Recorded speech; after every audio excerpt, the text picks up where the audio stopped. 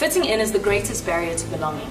Fitting in means adjusting yourself to meet others' expectations, thus disregarding your own truth and ideas to stand out. My name is Tina Redman, and welcome to WQMD.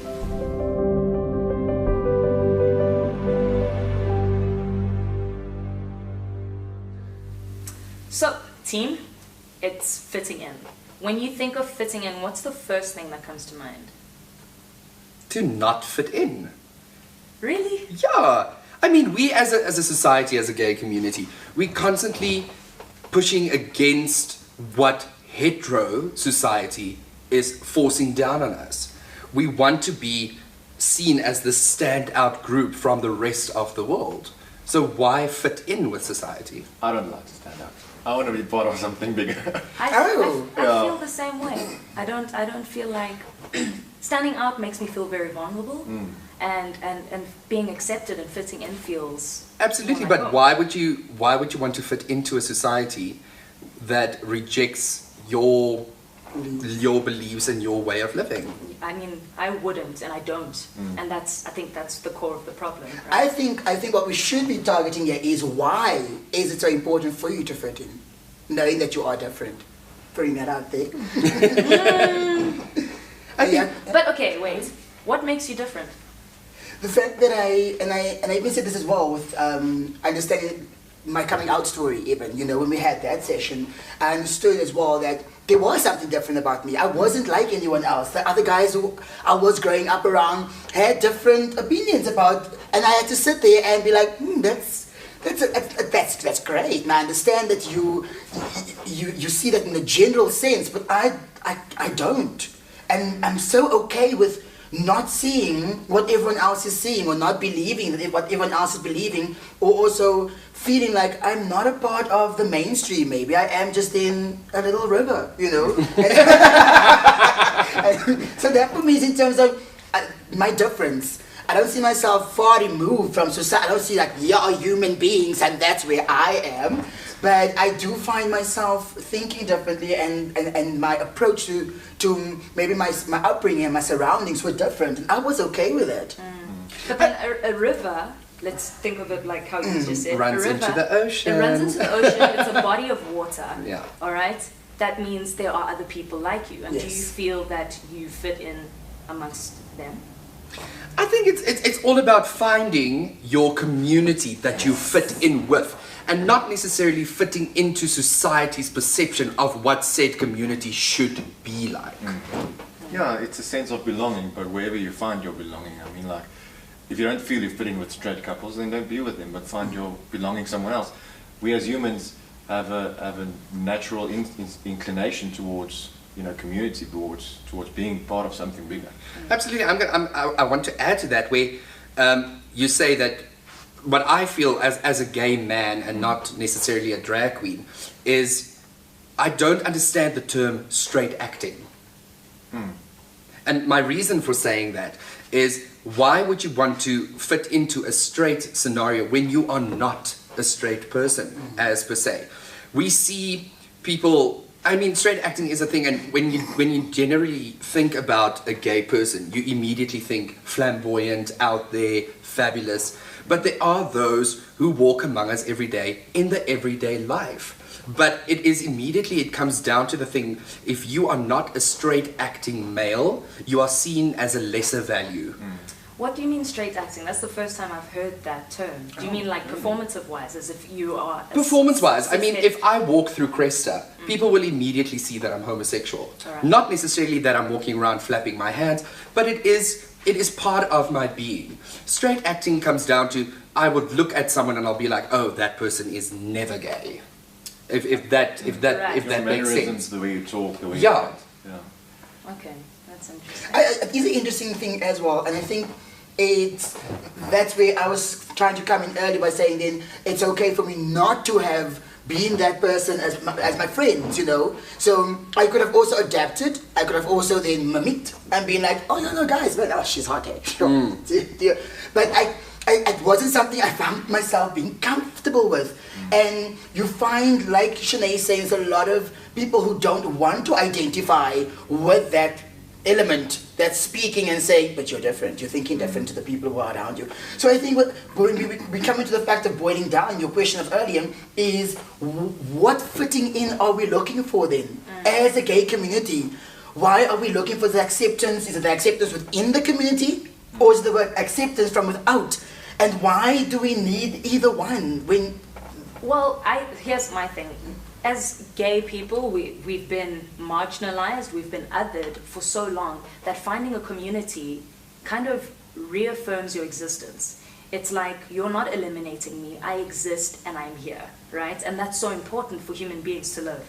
And I think that's why when you say that sense of community and belonging is so important, that's what people want. So when you're telling me, like, you know, oh, sorry, not you. So when Shenay's saying, Shenay, you're saying, you know, you want to stand out. Do you find comfort in that? When I say stand out, it doesn't mean now that I'm going to go out into society in drag and go shopping for a braid. Right. Like, I'm not necessarily looking for attracting unwanted attention to myself. But I mean, it is fitting in and standing out and not being, you know, part of that culture where the sheep mentality was forced down upon us to be exactly the same as everybody else. I want to take on what you were saying, because it's something that's triggering with me and resonating with what you are saying. It's the understanding that, okay, this is the space that I'm in right now, this is who I am, and you're not wanting to attract attention that you don't want, but we're also saying, but by being who you are, because you're different, you are attracting attention regardless. So this form of acceptance and the part of being a part of something, I understand it, but at the same time, you also need to then not be in a position to, must I lower who I am? Must I remove a bit of myself in order to fit in? Is that what society wants, for us to compromise on being who we truly are? Yes. And a big thing that is very disturbing and you know, caught my attention is the fact of how do we fit in to our own community, because even there's so much divide within our own community. As much as we want to be a unit, there is still so many different little smaller units which there is divide, there is disagreement, and people look down on other groups. I mean, gay people don't necessarily like drag queens. Lesbians don't necessarily like gay people, you know, and there's this stigma that we've created, but I don't understand, where did that start? When did we go and become I think, to carry on what you're saying, I think it's the fact that we don't know. We don't understand. We don't understand. I'm on my own journey here as a gay guy. I mean, I'm mixed race, I'm gay, I've got all these challenges. I'm like, wow, okay. Girl, you are the trifecta. So I am here embracing me. I am, and I think it's a journey that we are forced to take, which is a great space to be in, which is why I cannot fit in, because no other person is forced to face and deal, you know, with yourself and your own issues. Now we're in a community that we are identifying as the LGBTI plus community, and I cannot even sit here and tell you what the plus is. I can't even really identify what it is like to have a great relationship with a lesbian woman, and I understand her, and I know her journey, and she understands my journey, and this is where we meet. Not doing enough to learn about it. But that's the thing. I feel like that acronym, the LGBTI, it just keeps on adding. It keeps on going. And you know what? I'm sorry. I'm just going to start with it. What I see it, and I understand why the necessity of it, because people need identity. They want, like, I exist, right? Yes. So if I'm non-binary, I'm here too, you know? I want you to know those things. I feel like at some point we are going to get to a point where these labels will be dropped, but I don't think it's now. I think right now it's important for us to know that they exist and that they're here. And when the plus comes, we know what's in the plus. Yes. Tell me what's new. Tell me so that I understand you. And I don't think we're doing enough to do that. But there's this plus, and we haven't even focused on the LGBTI element of it. Exactly. And that for me is what I feel we challenged at in this community. Because are we actually a part of this community? And that's the thing, like, we create all these labels that we put on ourselves, but we try to break away from the labels that society has put on us. So it's kind of like these two conundrums contradiction. working It's together. because before I am lesbian, I am a person. Absolutely. You know? And I don't think people understand that. People even within our community. Yeah. Exactly. Yeah, and I think that will always be a constant struggle. So I want to project now onto you, both Jaco and Tina. When you're speaking about the fitting in element, what is it that you're wanting to fit into? What space is it? What is the fitting in and acceptance that you referred to at the beginning? Well, look, I'll never settle for fitting into a community that will not accept me. So, for instance, if my family or my friends or whatever they don't accept me, I'm not going to sit there and just want them to accept me and change who I am. So I'll just move away, but eventually I'll find friends and family who supports me in my journey and will support me in my existence, to make me a better person, to make me grow on my journey. And that's kind of what I'm looking for and longing for. It's someone that can walk your road with you. I mean, like, it can be quite a very lonely road. Our journey it's very long, it's very lonely. It's always nice to have someone there, a shoulder or two to cry on, and to hear someone else's experiences from what they had to do when they faced certain challenges. And that's kind of what I'm referring to when I see community and fitting in with certain groups. Are you speaking about then creating your own community? Yeah, basically your own community. I don't care if the straight community or the global community, I don't care if they don't accept me. I'm not going to change to fit in with them. But I know there are groups of people that will accept me for who I am. And Absolutely, I'm and it's all about finding those people, yeah, so that you don't have to be alone on your road. But now in the gay community or the LGBTI+, one must be very specific. Isn't it that we are then looking for our own in this community? Is that what the element of fitting in is at the end of the day? Well, let's think about it as a child. As a child, when you first come into the world, you're looking to others to see how you're supposed to walk in the world. Mm-hmm. If I don't see people like myself, I'm going to be constantly lost, right? So the moment you find someone who looks like you, speaks like you, you're immediately drawn to them because you're like, I'm going to learn something, Mm-hmm. And your journey starts. And then obviously once you start to walk, you find your own way, whatever. But I think that's what's happening. Because for example, the moment I hear, a lesbian couple over there, whatever, I want to make friends with them. I want to know more about them. Yes. How's your relationship? Yes, all those things. It's about finding your me, tribe. Right, it's who you associate with and who you feel comfortable with. But again, then I want to say, you say it's about finding your journey and everything, but there are those people who they grow up and they get that little inkling of what it is to be different, but they kick against it and they decide just to go with the social norm, But isn't that just an unjust that you're doing to yourself? Absolutely, but think about this. Someone said to me once, so being gay is a choice, and someone was like, if it was, I wouldn't be. I don't want to be bullied. I don't want to wake up every day and nobody be discriminated. Nobody wants to be part of a minority So group. The easiest thing to do is to push it away.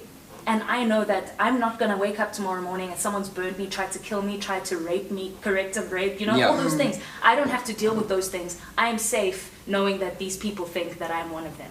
And that is scary. This is why children are hurting themselves, killing themselves, This topic is so layered that I don't even think we could even unpack it in one session. I think it is important for us to have this platform. Absolutely. To speak about it, because as I'm listening as well, I'm understanding the differences, because I think some sort of amnesia happens with me.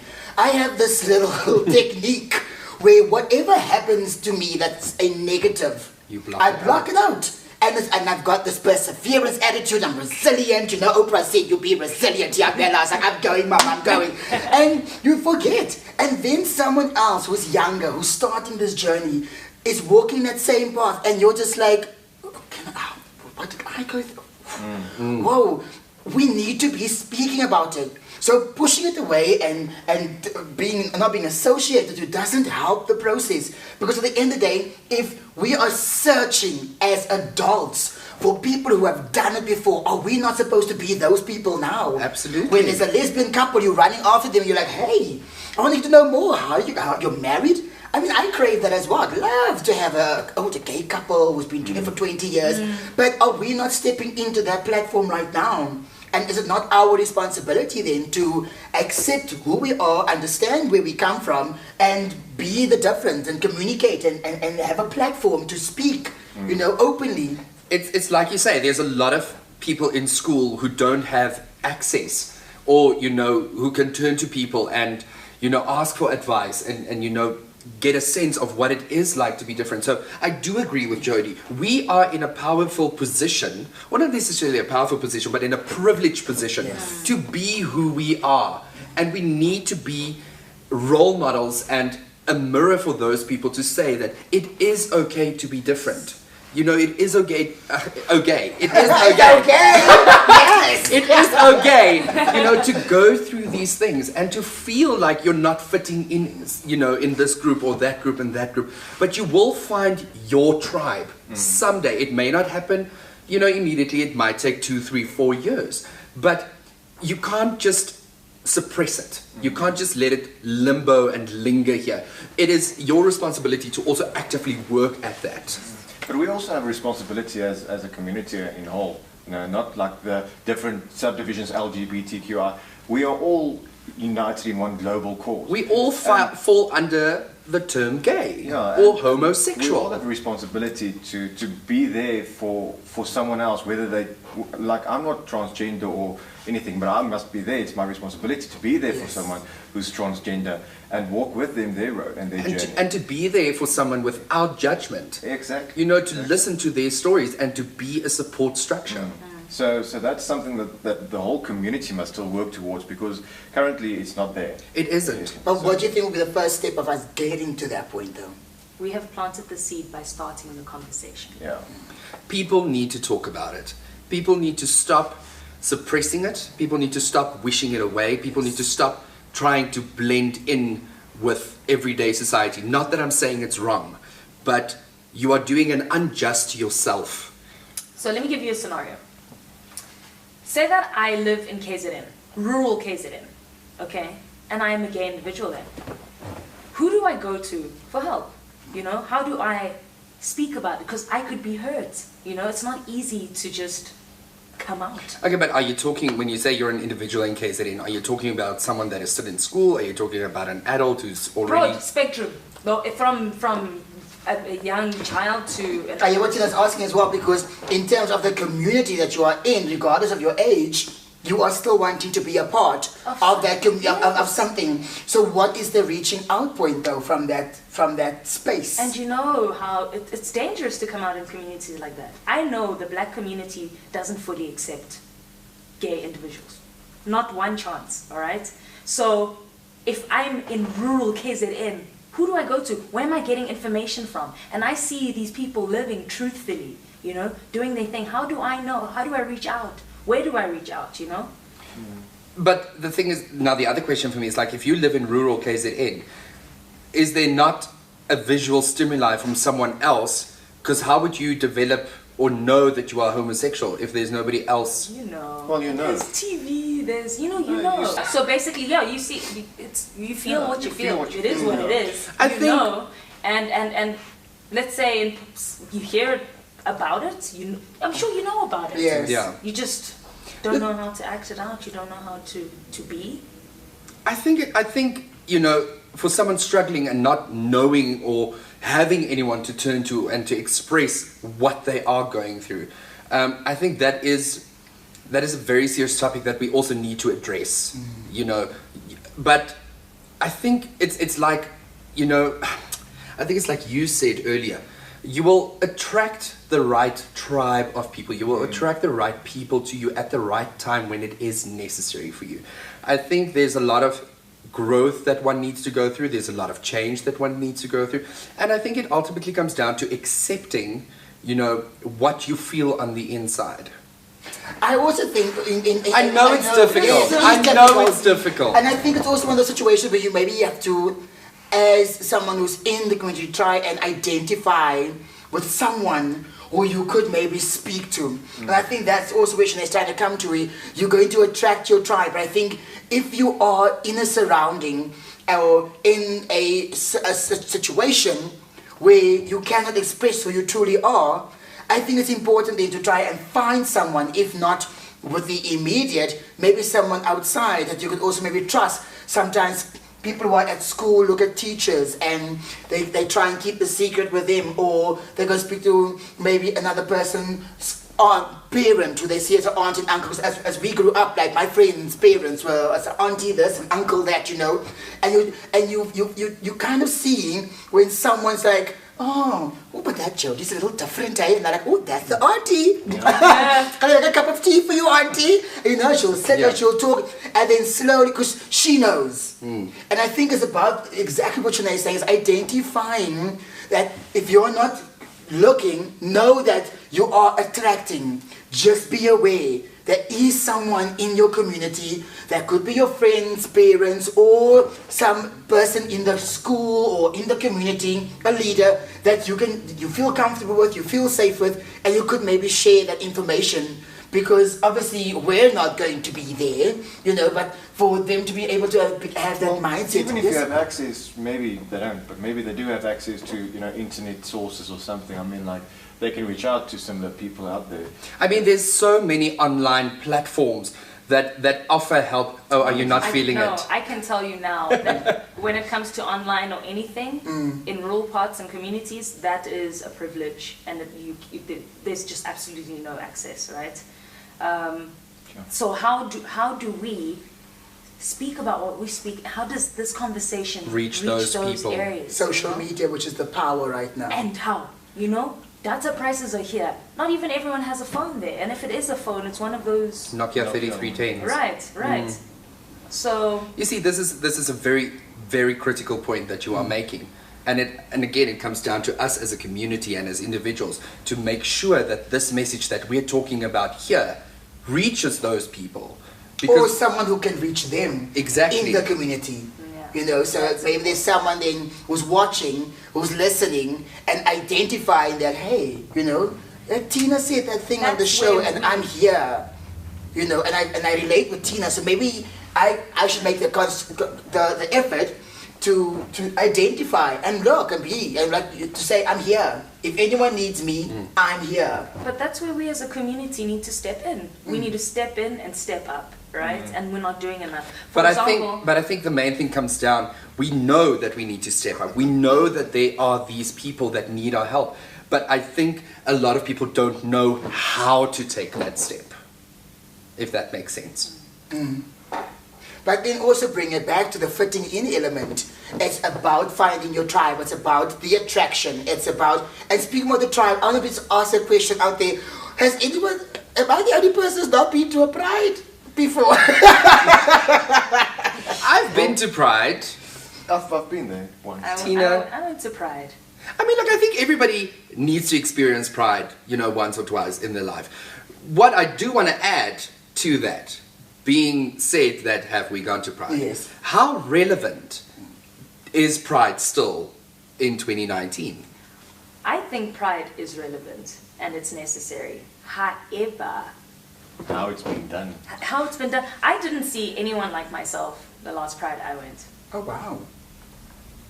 I saw, it was actually predominantly white gay men. And I was there and I was like, okay, where am I? I don't know what I'm supposed to do, you know? And I don't feel like Pride it feels a bit elitist as well. Not everyone can go to Melrose. Please elaborate on that because I've never been. So this is education also for all the viewers who have not been. What do they experience? In Johannesburg, there is Soweto. There is. It's not just Melrose. How do we make sure that? But again, it comes down to, you know, it feels we're not connected as a community because I'm going to say it as it is, but I feel like there's more, you know, black and colored gay people going to the Soweto Gay Pride. Pretoria Pride is very Afrikaans. Johannesburg Pride, you know, Soweto Gay Pride.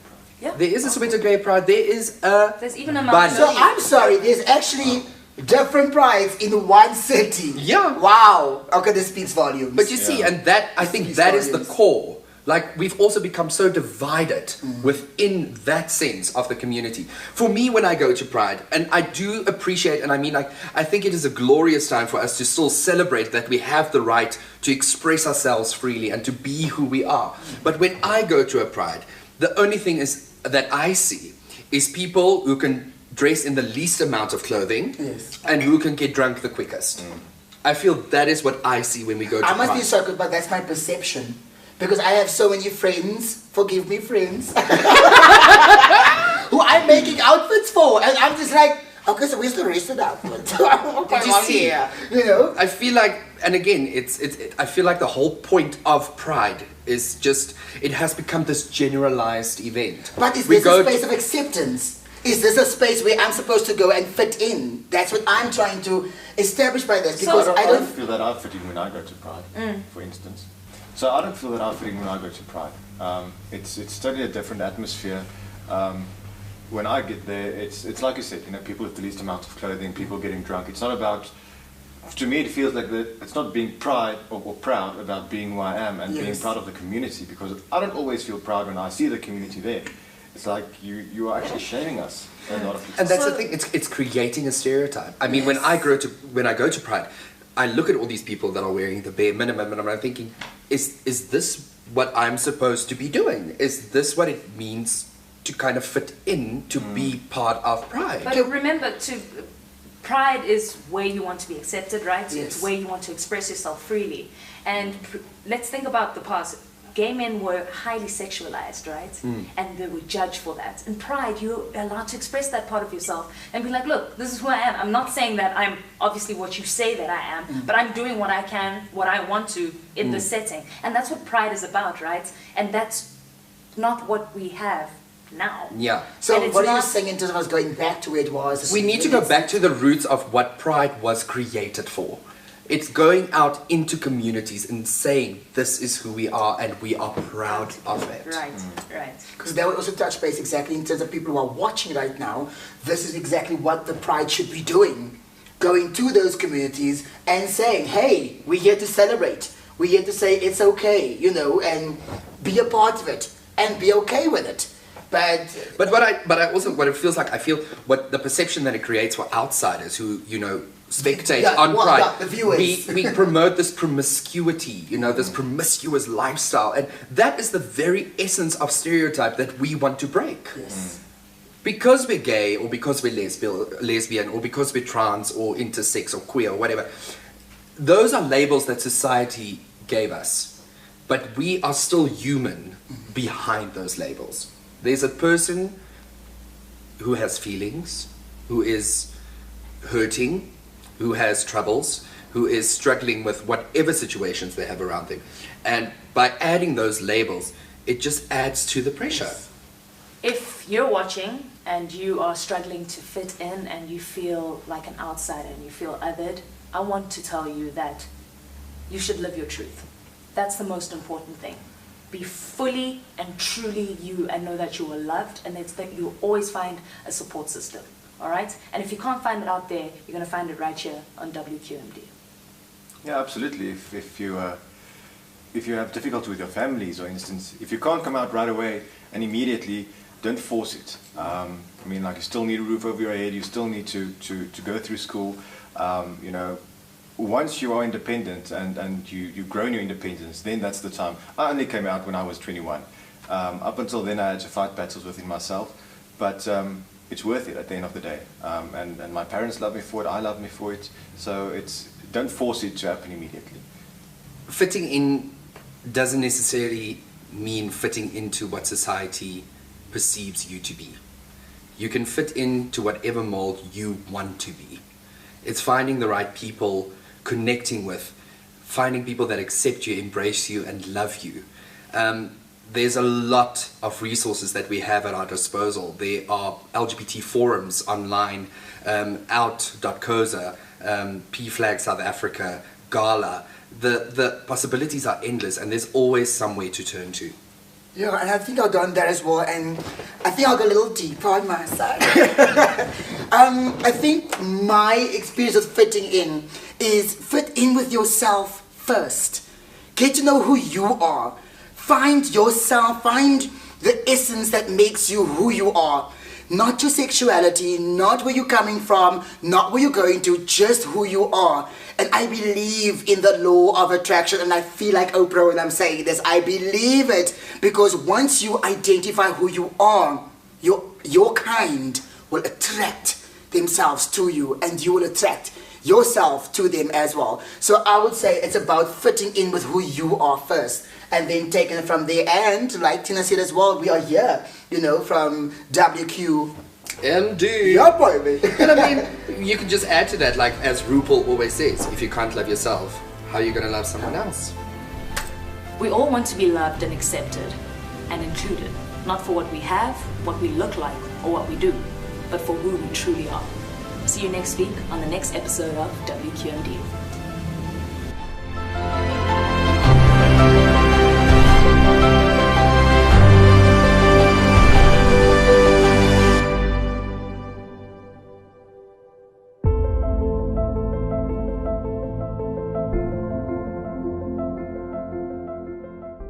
Do you and 3 of your friends want to win a weekend away at the Forever Resort Loskop Dam? All you have to do is tag 3 of your friends on this post and share. As easy as that.